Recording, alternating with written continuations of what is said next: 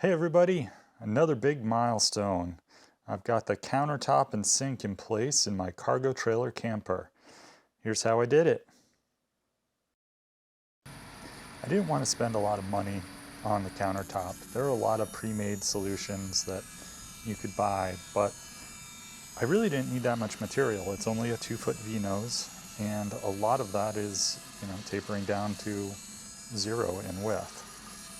So I picked up 4 2x4s from a local big box store and then ripped them down lengthwise on the bandsaw so that I had 8 pieces that I could laminate together to make the countertop. So after doing that, I had 8 pieces and some scraps that were 1¼ inches by 1½ inches. So I brought them all into my kitchen and laid down a bunch of clamps on the floor and then glued them all together. And I left these all in a long width and by less than 13 inches wide so that it would fit on my planer. After that, I took a grinder with a flap wheel and sanded off the major glue that was sticking out. You don't want to hit glue with your planer blades because it can easily ding them, and if it doesn't do that, it'll dull them faster. So once I was done with that, I started at a rough thickness of 1¼ because that's what my stock was, and started feeding it through the planer. You can see it's pretty rough at this point. If you've ever seen someone making a cutting board out of hardwoods, it's a very similar process. So you end up joining a bunch of different pieces of wood with a waterproof glue, which is what I did use here. Type on 3 is the glue that I used. And by taking a lot of material off with the planer pretty quickly, you end up with this really nice, really flat surface. Now you're probably thinking to yourself, wow, that's a really long countertop, but that's not going to fit in your trailer. Well, that's true. So the next thing that I did, once I had the pieces down to 1 inch in thickness, is I cut an angle on there that would allow me to get the shape that I needed. You can see the template there, and I'll show you at the end of this video how I put that template together. So anyway, I joined those 2 pieces together the same exact way, just with some more glue, and let them sit overnight. And then it was time to cut the hole out for the sink. Now, my thought here was that I wanted to be able to keep the piece that I cut out so that I could use it as a filler for the sink, so that it's a countertop when the sink isn't in use. So because of that, I went with a router using a 1/8 inch upcut spiral bit and went around taking passes that were not very deep. I probably was only cutting 1/8 of an inch at a time each of these rounds that I did around the sink opening. And eventually, after a lot of time, I got the cutout. This came out pretty well. I would say that if you had a plunge router to do this with, it would probably come out perfectly. I had some inconsistencies where I was plunging the router down in because I couldn't get it perfectly straight up and down. So after that, I sanded everything down, and I also did a round over on all the edges.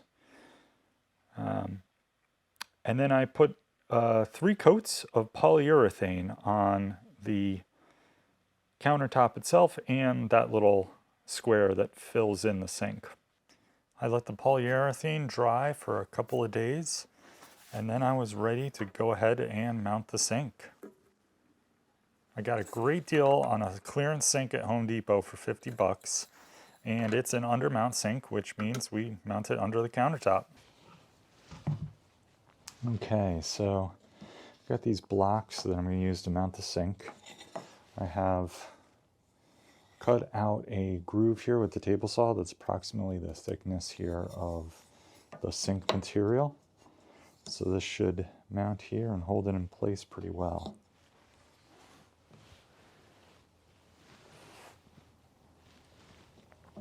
I'm going to make sure that I offset it a little bit so that, one, I have a little bit of movement here if I need it, but then also if there's any shrinking or expanding of this countertop, hopefully it will adjust.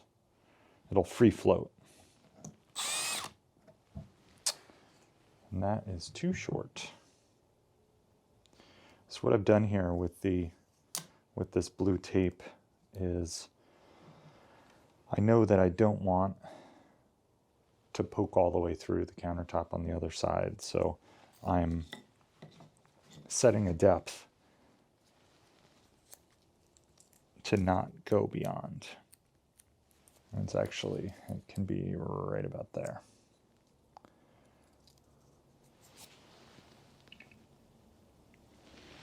So as long as I'm going into this piece, that is the max depth I can go to. And put this right here.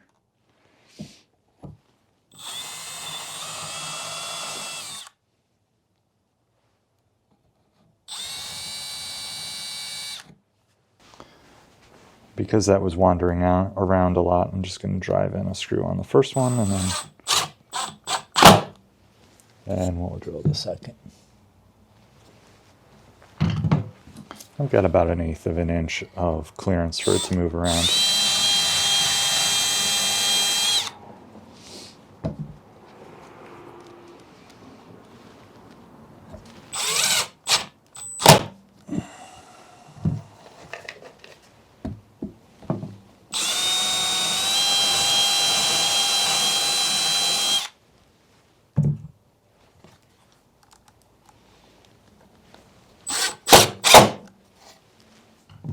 And I'll go around and do all of the sides like that.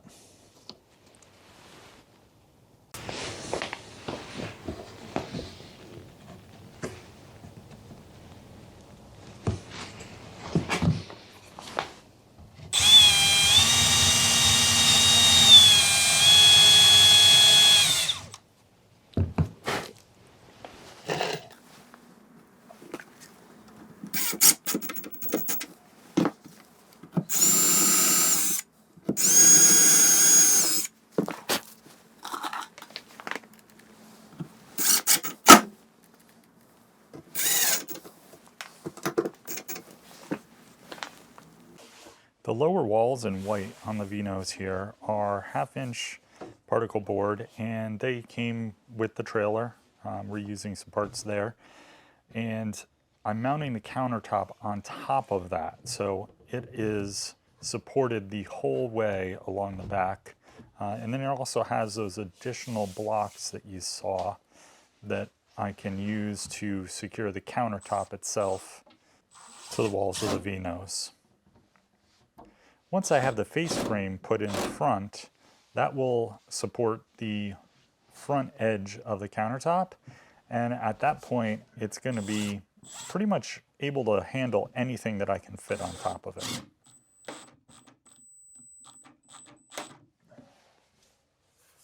Woohoo! I really like the height this is. As a tall person, I always feel like I have to bend over a lot for the counter. Let's see what it looks like with the faucet in place.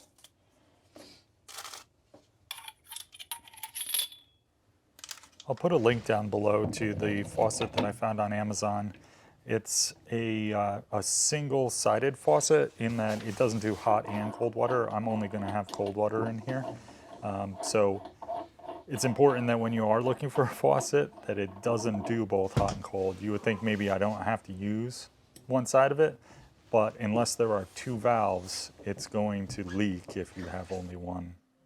This was a nice little finishing touch that I thought of at the end of this portion of the project.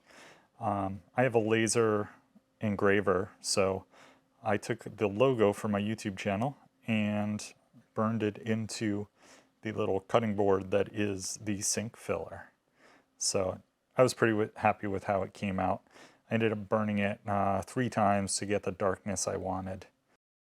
If you enjoyed this, it'd really help out the channel if you would subscribe and go ahead and like the video, and hey, throw in a comment.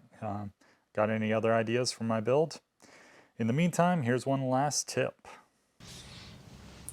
In order to get the proper angle at the front of the V-nose, I made this template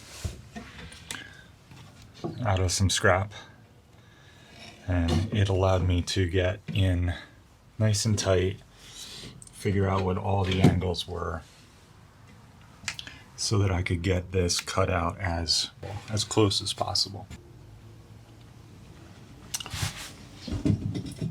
The studs and whatnot in the trailer are not square from the factory, so you kind of have to work around what is there and then get your parts as close as possible to good angles. Anyway, I feel like it came out pretty good.